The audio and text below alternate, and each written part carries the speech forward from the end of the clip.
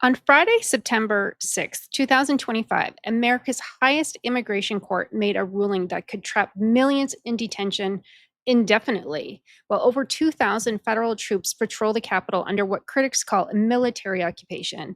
And a leaked Pentagon strategy reveals America's military is pivoting from China to here, the homeland. Hey guys, it's Delania. Today I'm doing a deep dive into what has changed in America's justice system, who's being detained, and are we building a detention state? I myself am an immigrant, and so I just wanted to share my own personal story as well. It was a complete nightmare, and I went through the process back in the early 2000s. And I must say, not a lot has changed since then, but this recent ruling that just happened last Friday is changing a lot. So, what happened? At 1 o'clock in the morning Eastern Time, news broke that would fundamentally alter immigration enforcement in America.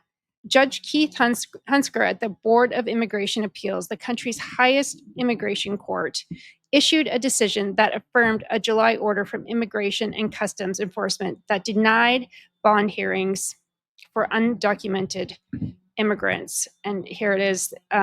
So they no longer get bond. And the case that started this all was it was a Venezuelan immigrant who crossed the border in November 2022 near El Paso, Texas. He was later granted temporary protective status, legal permission to stay, but the status expired on April 2nd after the Trump administration terminated the program. And here's the legal earthquake. The board determined that immigration judges had no authority to issue bonds because immigrants who are present here in the United States without legal admission, must be detained for the duration of the removal proceedings. So what's the translation? Even if you've been here for years and you've never committed a crime, even if you are a or have US citizens who are children, and if you originally entered without authorization, you now face indefinite detention while your case winds through the courts. In those cases, they can sometimes take years. The ruling treats people who've been in the US for years exactly the same way as if you were arriving newly immigrant coming across the border, and who also those ones can easily be deported without bond. So again, I started my immigration process a long time ago. It was it was right before 9/11. We came from Canada. My husband is, my ex-husband, he was American and had an American passport. So anyways, we were starting a business here in Scottsdale, Arizona. And we came down in early 2000s and we thought about it. We came down, I visited multiple times. And then we're kind of looking for a location. If we found the right location, we were going to move ahead. If not, so during this period, we're kind of scoping it out. We got engaged. And after we got engaged, we did find a place. We started construction on the place and whatever. So then it just seemed like I needed to be here all the time. So this brings me to about May. And during that time, and I've always had this is what's so weird. And I find with other people crossing the border, I've always had this ingrained thing where I'm afraid of immigration officers. Even young crossing the border, we used to cross the border, God, when I was a teenager in high school, because they used to have like outlet malls on the other side of the border in Buffalo. So we used to cross there all the time. And I remember we'd wear like very light clothing because we would go over there, we'd be shopping at like the Gap or something stupid like that. And we would take all the tags off the clothes and we would wear everything we bought. We'd get rid of all the bags. And I remember crossing the border being so nervous, like, oh my God, I don't want to get caught. But so that was what I was worried about crossing back in the day. So I've always had this, every time I cross the border, I'd get nervous. So when we decided to come down here sort of permanently, I, had to make a move and we were already engaged. And so I always tell people, like, I had a shotgun wedding and it wasn't because I was pregnant, it's because of immigration. So we were planning on getting married eventually. But when we found the place and started construction, it was like, okay, I'm going to have to be here all the time. So we called home and it's like, yeah, we're getting married like next month. Like it's just happening like this. Cause I'm like, I need to start this process. I can't be here and I can't travel across the border and be all nervous about it. And I wanted to be here illegally. I didn't want to have to come here legally. I didn't want to have to get nervous crossing the border every single time. So anyways, we got married. I started the process and this was like 2001. and this was in July. We got married July 1st, Canada Day, 2001, and then 9/11 happened. And so I think that prolonged the process a lot because of 9/11 and everything that was going down. And I ended up getting an immigration lawyer who worked in the building where we were opening our business, and he was Indian. So I had an Indian immigration lawyer right after 9/11. Um, yeah, anyways, we started the process, and so we were about a year or so through it, year and a half, and I almost get deported because I think I had a baby at this point. I had my son Alec, and my parents were here in town, and the closest like beachfront from Phoenix is Rocky Point or Puerto Penasco, which is like literally 30 miles south of the Mexican border or 45 kilometers south of the American border in Mexico. And I had travel documents. They had expired, but I had ordered new ones. And so everybody kept saying, well, it's just a free zone. You're just going to Rocky Point. Like everybody from here goes to Rocky Point all the time. So I didn't think it was a big deal. I thought, and half the time, the last time I went to Rocky Point, they never even checked our documents going to and from. And that was like 2 years ago. We went, no one even looked at our documents. Anyways, so I was there with my baby, my American husband, my American baby, American born baby, my American husband, my Canadian parents. When we were coming back across the border, I just happened to be driving, and he asked me, where are you from? I'm like, I'm just so honest. I'm Canadian, and I'm here. I'm getting a green card. I had all my paperwork, everything. He detained us, and he was horrible. I was detained for probably 4 to 6 hours. It was more than 4, less than 6 hours. Um, yeah, I was separated from my baby. I was separated from everybody. I got put in this little cubicle with this guy, and he's taking all my information down, and he's literally, like, doing and it was taking forever, and I was like, "Look," I'm like, I'm married to an American. I'm like, I have a land baby. And I thought that was a thing at the time, but apparently it's not a thing. And, I was separated from my baby. And they realized, yeah, no one cares. No one cares. Doesn't matter. Doesn't matter. And in this little cubicle that he had a sign up that said, and I'll never forget this. And it said, arguing with an immigration officer is like wrestling with a pig in shit. After a while, you realize he's enjoying it. So I decided not to say anything and just literally sit there and just go through whatever I had to go through. And I'm just like, I pay taxes. I'm the person that you want here. Like, I have a business, I employ people, I pay taxes, I'm procreating, I'm making more Americans. I said, you know how many Mexicans are crossing the border while I'm sitting here? And I got nowhere. Anyway, so he did me a favor, and he gave me deportation papers, and he said, "I'm gonna defer you to Phoenix." And that was me getting off. So when I went to Phoenix, he said, "Okay," I had to go there. I went there, and it literally, like, I think when I got back into Phoenix, like, the next day, I got my travel documents. I go to downtown Phoenix, sit there for hours, finally get to talk to somebody, and the guy kinda understood what was going on, and he just looked at it, he said, "You can go." And nothing happened, thank goodness. Um, and then fast forward a year later, I have another baby. So, yeah, yes, Irish twins, so I have 2 babies now, and I'm crossing the border. I have my travel documents, we're in Toronto. There's an ice storm, and they won't, there's nobody in the airport. So we finally get to the Toronto airport. There's no one there. Our flight happens to be leaving on time. And we get to the airport. We're going through immigration. Like, everything's going good. I have my travel documents. But when you get new travel documents, you just have to get them to stamp them. So they pull you over to the side. There's nobody in the immigration office, nobody whatsoever. And so we're the only ones there, and my boys were sitting in a stroller side by side. I think one was probably 8 months, and the one was just they were both babies, essentially.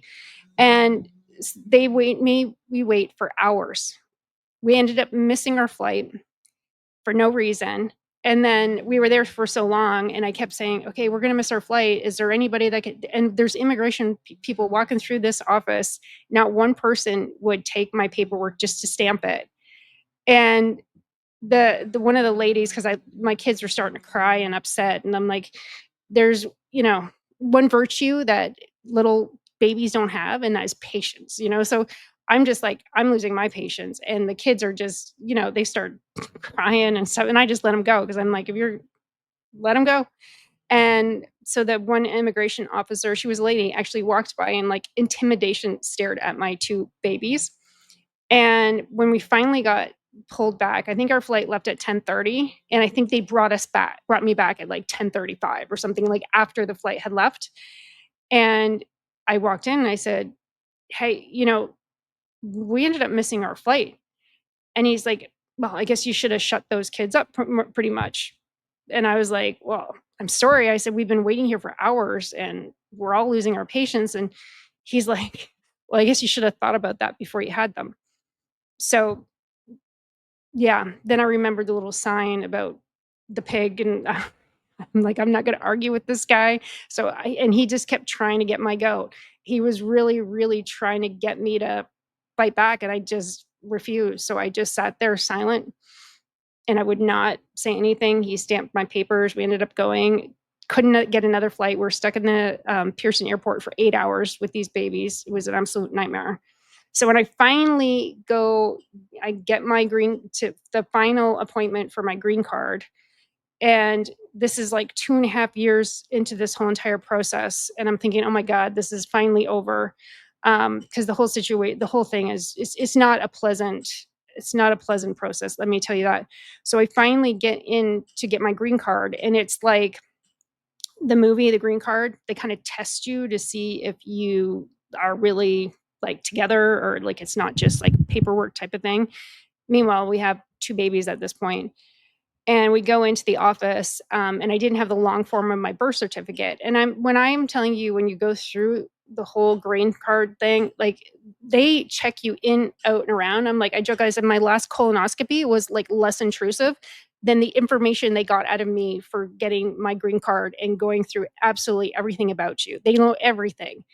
And that's another thing that kind of bothers me, when people are just walking across the border, no one knows anything about them. Like when you go through legally, they look into absolutely everything about you, criminal records, like everything. And that's what they wanted from me. The one thing I was missing is I had my birth certificate, but I didn't have the long form of my birth certificate. That means that they look at where your parents are born. But I told her all the nightmare stories, and she's like, "That's okay. I'm going to let this one slide." But she had to, I guess, go through asking my husband at the time, like, questions, like, general questions, like in the movie, like, "Well, when's her birthday?" And he's like, "I don't know." And I'm like, she's like, "Well, what day were you guys married?" And he's like, "I don't know." And I'm just like, we were married on Canada Day, July 1st, not too hard to forget. And then she was kinda understanding what was going on, and she asked him what his Social Security number was, and he's like, I don't know." And so I'm sitting here with my, husband that knows nothing about me, and I've got my Indian lawyer on the other side, and I'm like, "Oh my god, this has been a complete waste of time for the last 2 years." Anyway, she was pretty cool about it, and she gave me my green card, and then on our way out, she told my husband at the time that he needs to buy me flowers on the way home. So, like, it is a very tough process. Like, it is hell going through this, and so I just can't imagine. And if I would have got deported, and I was doing the research on this video, I just couldn't imagine being if I was detained and having to be put in one of those facilities. Oh my gosh, I would have, you know, they look horrible. And this has been going on for decades. Immigrants living in the U.S. who are placed in removal proceedings had the right before, like, to always request a bond hearing to get out, a chance to argue for their release while their immigration case was pending. Lucky for me, I didn't get detained that kind of way at all. I was able to just not put up a bond, but I was able to go home and then go. I went straight to Phoenix, the immigration office, as soon as I got back. But I couldn't imagine being detained for that long. And Friday's ruling completely eliminates that right entirely for the largest category of immigrants in this system. But here's the crucial detail: immigration courts are not part of the judicial system. And they're not, they fall under the Department of Justice. So these judges are now bound by the board's decision, ending their discretion to release individuals that they deem safe. Immigration rights attorneys say holding immigrants throughout their cases is a process that can take years. It is intended to break the spirit of many and force them to sign their own deportation orders. Yeah, and so immigration courts, here we say, are not part of the judicial branch. So essentially, it all falls under the Department of Justice. And I would, me, if I was stuck in one of those, then, and I had to choose between being deported or staying there, I'd been, I'll volunteer. I will leave. I will go back home and I will come back and figure out how to do it legally. I would 100%.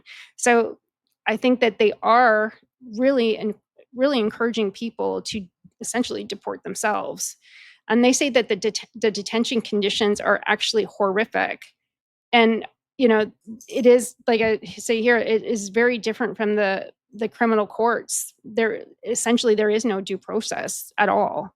You know, they're like I said, you enter without permission, you get indefinite detention, and then there is absolutely no bond issues. And they say that the detention conditions are just horrific and they've gotten even worse. The goal of the administration is to make it difficult for people to fight their cases and to give up. But there's still some fight left in the system. Federal judges have ruled in several cases that denying bond violated federal statutes and constitutionally protected due process. Multiple lawsuits are already challenging the policy in federal court. But the question is, how did we get here? And what's driving this dramatic expansion of this detention power? The immigration ruling didn't happen in a vacuum. It's part of a broader shift that critics call the militarization of domestic law enforcement. So, about 300 Georgia National Guard troops will be deployed to Washington in mid September to aid President Trump federal intervention in the nation's capital. And this brings the total to over 2,000 federal troops in DC. So, you know, Georgia joins at least 7 other Republican led states like Louisiana, Mississippi, Ohio, Tennessee, South Carolina, South Dakota, and West Virginia in sending in troops to Washington. Like, and they're all here headed to Washington. Yeah, so here are the states here that have deployed troops to DC. And they say, like, the governor, he says Georgia is proud to stand with Trump administration in its mission to ensure the security and beauty of our nation's capital. And that was said by the quote from George, the Governor Brian Kemp. But what are these troops actually doing? The troops are already deployed in DC, have been spotted doing various tasks from patrolling monuments to cleaning up the city while assigned to the DC Safe and Beautiful Task Force. Other troops have been armed and patrolling the streets and landmarks. The White House said Guard members have been providing a visible presence along the National Mall, key federal buildings, the Washington waterfront, and metro subway stations. So as you can see here, the total arrests are 1,369 missing children. This is what really important statistic that I saw is 5 missing children rescued, which is very important. 12 known gang members and 140 firearms seized. The legal challenge came quickly. Washington, D.C. is suing the Trump administration over its deployment of the National Guard troops to the city, alleging that the operation violates prohibitions on military involvement in local law enforcement. The lawsuit filed Thursday by DC Attorney General Brian Schwab comes nearly a month after the president deployed the troops following his declaration of a public safety emergency over crime in the city. So essentially he ran on making DC a safer place, and now he's literally fighting it. You know, there's precedence for judicial pushback. A federal judge Tuesday ruling found that the president broke the law when he deployed troops to Los Angeles earlier this month, following a series of protests against raids in the city. So there's this act, and it became an act in 1978, and the act, it's called the Posse Comitatus Act, and it limits the use of federal military forces for domestic civilization law enforcement. except when expressly authorized by law. Paused after the end of the Reconstruction, the Posey-Comiteus Act was part of the political settlement that allowed white supremacists to regain power in the South and entrenched Jim Crow. Despite this ignominious history, the principle it enshrined that the military must not interfere in the civilian governance remains a cornerstone of American democracy. So saying that this act, and they're using this to say that Trump is going against the law. But the troop deployment aren't just the visible tip of the much larger strategic shift happening inside the Pentagon itself. Obtained documents reveal a fundamental rewrite of American military priorities, one that would have unthinkable was just months ago. The Pentagon officials are proposing the department prioritize protecting the homeland and Western Hemisphere, a striking reversal from the military's years-long mandate to focus on the threat from China. A draft of the newest defense strategy, which landed on Defense Secretary Pete Hegseth's desk last week, places domestic and regional missions above countering adversaries such as Beijing and Moscow.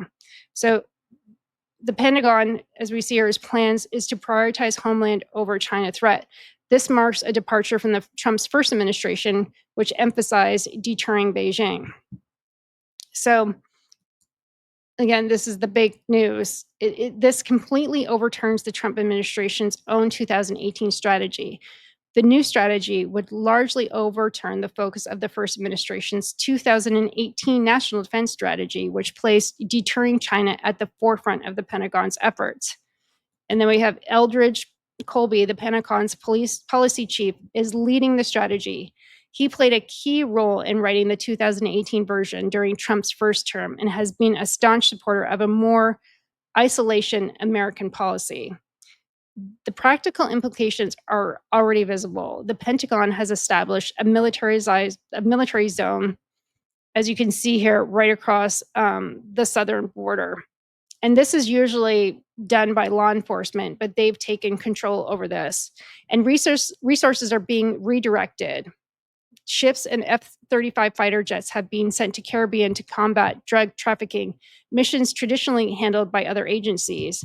So this just happened last week too. They caught this boat going across the Caribbean waters and covering just with a whole bunch of drugs, and they just shut that ship down.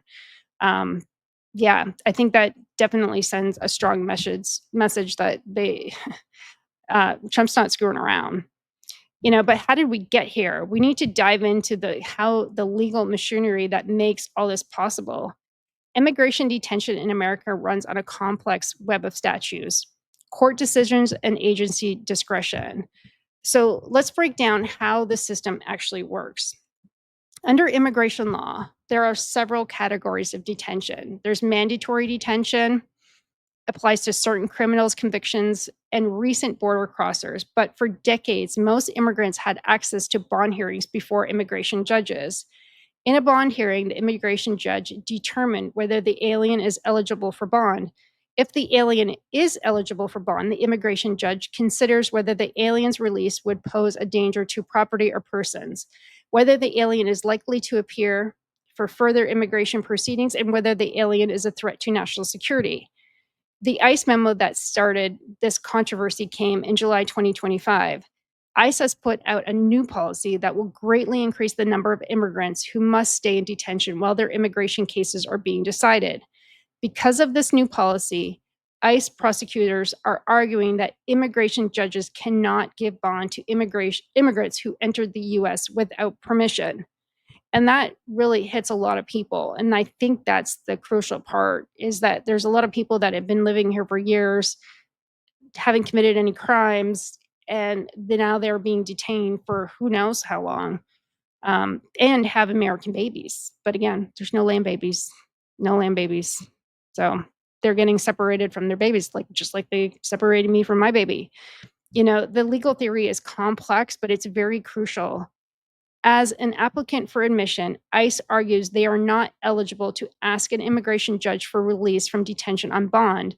In other words, even if an immigrant has spent years in the country, they are legally speaking they must come back and enter the US legally.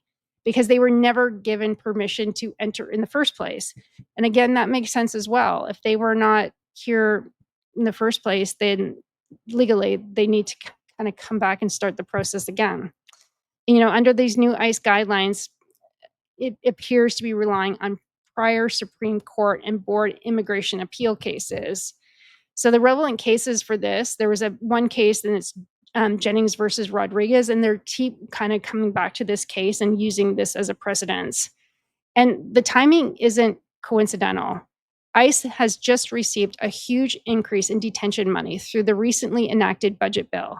This money will allow them to detain more people using the new policy.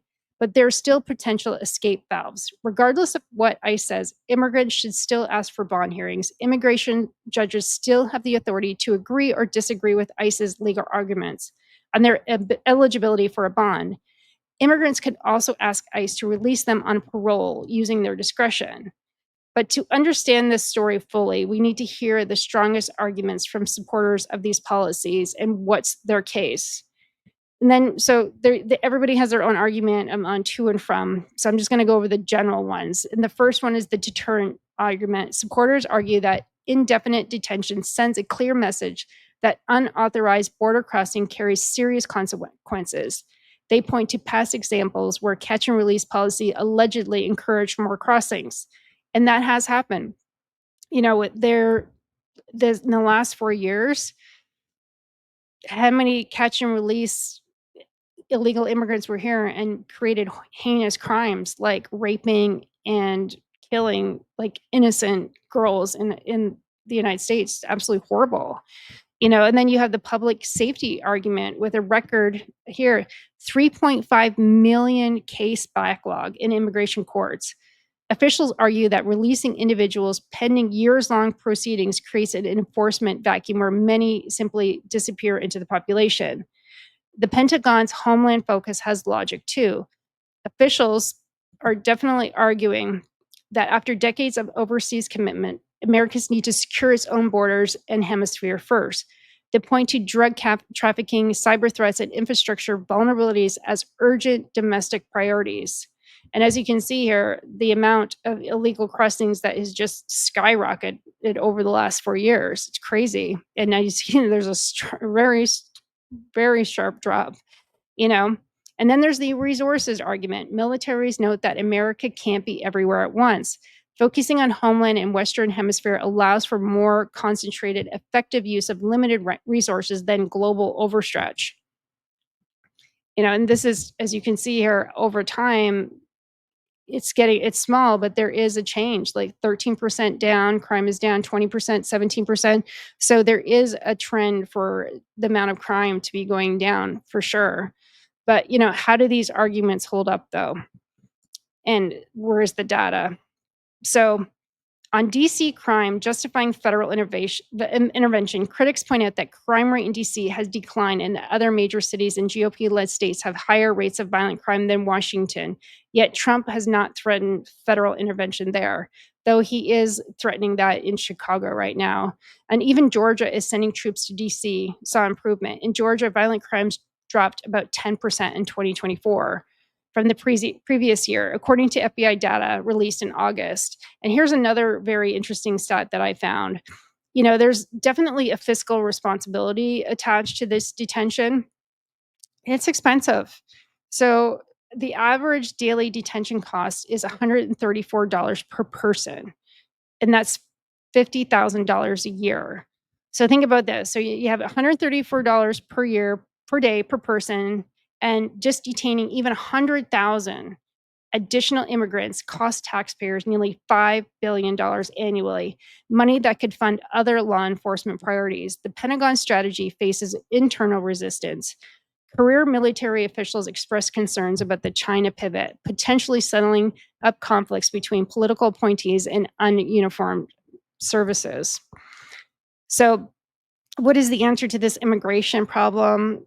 My opinion is I don't think they should be detained without a bond if they have not committed any crimes. Like if you have when I've been seeing pictures of just heartstrings, but innocent moms that have American-born children, and yes, they didn't come over here legally, but they've also not committed any crimes, and they're just being detained. I think that is absolute waste of money. Like, they're not the bad people. I think they need to pack those detention centers full of the illegal immigrants that are here and have committed crimes, any crime. Those that have committed heinous crimes should be deported ASAP. They shouldn't bog up the detention centers with, illegals that I believe have come here with goodwill. You know, I know you know, some illegals here because I'm in Phoenix, so we have a lot, but they just come here and they just want to work hard and do good and contribute. And I just don't think those are the one that, not that they shouldn't be here, they should be here illegally, or there's any argument towards that, but my argument is that start with the criminals first and get a handle on the criminals that are here illegally. That's a start, by starting with the moms and, some of the gardeners around here, the people that are actually working and not committing crimes. They should just be at the bottom of the list. Start with the head on, the criminals, and work your way down. But anyways, guys, that's my thought. Like I said, I thought the process was horrible. Um, yeah.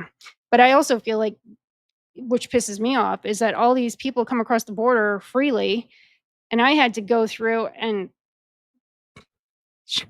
do everything, jump through so many hoops just to get to get a green card. It was just horrible. It was just, but and then these people are just coming across the border. Like they said, they were gonna hold up my green card because they didn't have the long form of my birth certificate, and then you got people coming across in droves, and they're committing crimes and getting away with it. Like, I realize Trump's putting a stop to it now. However, let's start with those people first, the people that are committing the crimes. Start with that and work your way back down. So, anyways, guys, please like, subscribe, share. Please send me your thoughts. Very interested. It's a very controversial issue right now. Yeah, I don't know what the right answer is, but like I said, those are my thoughts. The criminals need to be dealt with, and I think that's an emergency that needs to be dealt with immediately. So again, please like, subscribe, share, and I'll talk to you guys soon. Thanks.